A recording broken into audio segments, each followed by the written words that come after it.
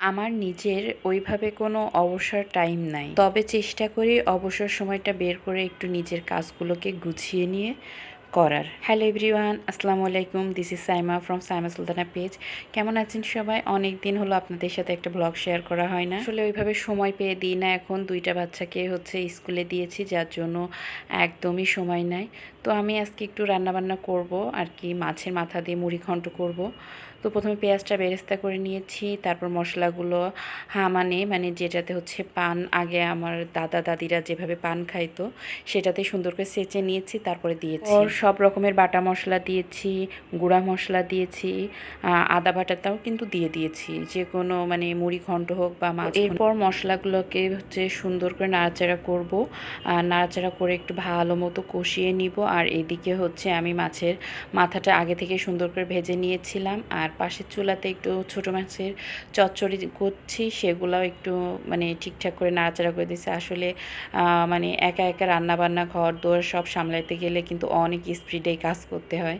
তো এরপর আমি ডালটা প্রেশারে একটু ফুটিয়ে নিয়েছিলাম, মুগ ডালটা তার আগে ভিজিয়ে রেখেছিলাম বেশ কিছুক্ষণ। এরপর ডালটা ভালো করে কষিয়ে নেওয়ার পর মাছের মাথাটা দিয়ে একটু কষিয়ে নিব। আবার কেউ কেউ আছেন যারা মাছের মাথাটা ভুনা টাইপের করে তারপর ডাউলটা দেন, তবে মাছের মাথাটা অনেক সুন্দর করে ভেজে নিয়েছিলাম, যার জন্য এভাবেই রান্না করে নিলাম। তো এরপর আমি ঢাকনা দিয়ে ঢেকে রাখলাম, একটু কাঁচা লঙ্কা দিয়েছিলাম।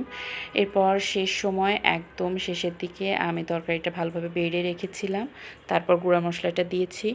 এরপর কাজকাম খাওয়া দাওয়া সব শেষ হয়ে যাওয়ার পর বিকালের দিকে আমি একটু মেশিনটা নিয়ে বসেছিলাম, সাবার দিদার একটা সুন্দর গোল গলার ম্যাক্সি করে দিব ভেবেছি। সব নিজের টুকিটাকি কাজ, তারপরও একটু ডিজাইন করে করা, সব কিছুই আমি মানে পেরে দিই, কারণ নিজের একটা মেশিন থাকলে তো আর কোনো কথাই নাই।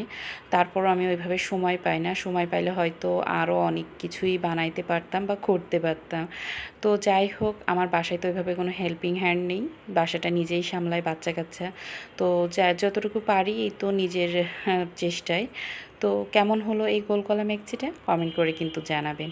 আর যারা আমার ভিডিওটা দেখে ভালো লাগছে অবশ্যই লাইক দিবেন, আর যদি ফলো দিয়ে না থাকেন অবশ্যই একটা ফলো দিয়ে নেবেন। তো আজ এই পর্যন্তই, সবাই ভালো থাকবেন। আসসালামু আলাইকুম।